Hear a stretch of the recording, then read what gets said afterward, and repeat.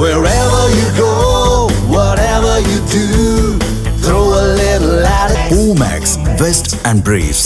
தீபாவளினா பளிச்சுன்னு ஞாபகத்துக்கு வர்றது பட்டு, பட்டாசு, பலகாரம். பலகாரம்னா ஞாபகத்துக்கு வர்றது மந்த்ரா கடலை எண்ணெய். அபார ருசி, ஆரோக்கியமான உடல் நலம். தீபாவளி அன்னைக்கு மட்டும் இல்ல, என்னைக்குமே கிச்சன்ல இருக்க வேண்டியது மந்த்ரா கடலை எண்ணெய் தான்.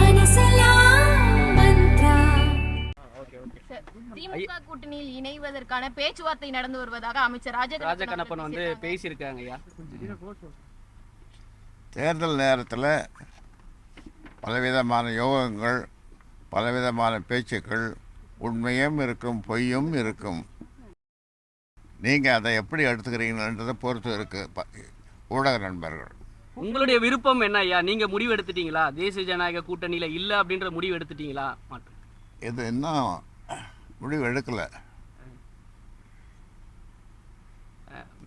முடிவு எடுப்போம். நாட்கள் வேகமாக போய்கொண்டிருக்கிறது. முடிவு எடுப்போம். இப்போ புதிய கூட்டணிக்கு போவதற்கான சூழல் உருவாகிடுச்சு அப்படின்றத எடுத்துக்கலாமா ஐயா? நீண்ட காலமாக காத்துட்டு தான் இருக்கு. நீங்கள் என்ன சொல்கிறீங்க?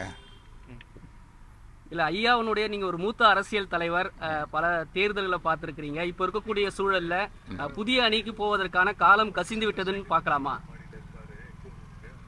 எதுவும் இந்த தேர்தல் நேரத்தில் எதுவும் நடக்கலாம், நடக்காமலும் போகலாம். திமுக அரசை வந்து நீங்க பாராட்டி இருக்கிறீங்க. முதலமைச்சர் மு க ஸ்டாலினுடைய செயல்பாடு எல்லாம் பாராட்டி இருக்கிறீங்க. முன்னாள் முதலமைச்சர் கருணாநிதியோட ஒரு நீண்ட கால நட்பு உங்களுக்கு இருக்கு. அப்போ இருக்கும்போது இப்ப திமுக அமைச்சரே வெளிப்படையா பேசி இருக்கிறாரு. உங்களோட பேசிட்டு இருக்கிறோம், அதாவது பேச்சுவார்த்தைக்கு பேசிட்டு இருக்கிறோன்ற வெளிப்படையா ஒரு கருத்தை வெளிப்படுத்தி அமைச்சர் அமைச்சர் ராஜகண்ணப்பன் வெளிப்படுத்தி இருக்கிறாரு நேற்று செய்தியாளர்களிடம். எப்படி எடுத்துக்கலாம் ஐயா? அதாவது இப்போ தேர்தல் நேரத்தில் இதெல்லாம் வந்து நம்ம வந்து உறுதிப்பட சொல்ல முடியாது. ஆனால் பரிசீலிக்கிறதுக்கான வாய்ப்பு இருக்குங்களா? பரிசீலிப்பதற்கு வாய்ப்பு இருக்கா கூட்டணிக்கு திமுகவுடன்? நான் அப்புறம் சொல்லுறேன்.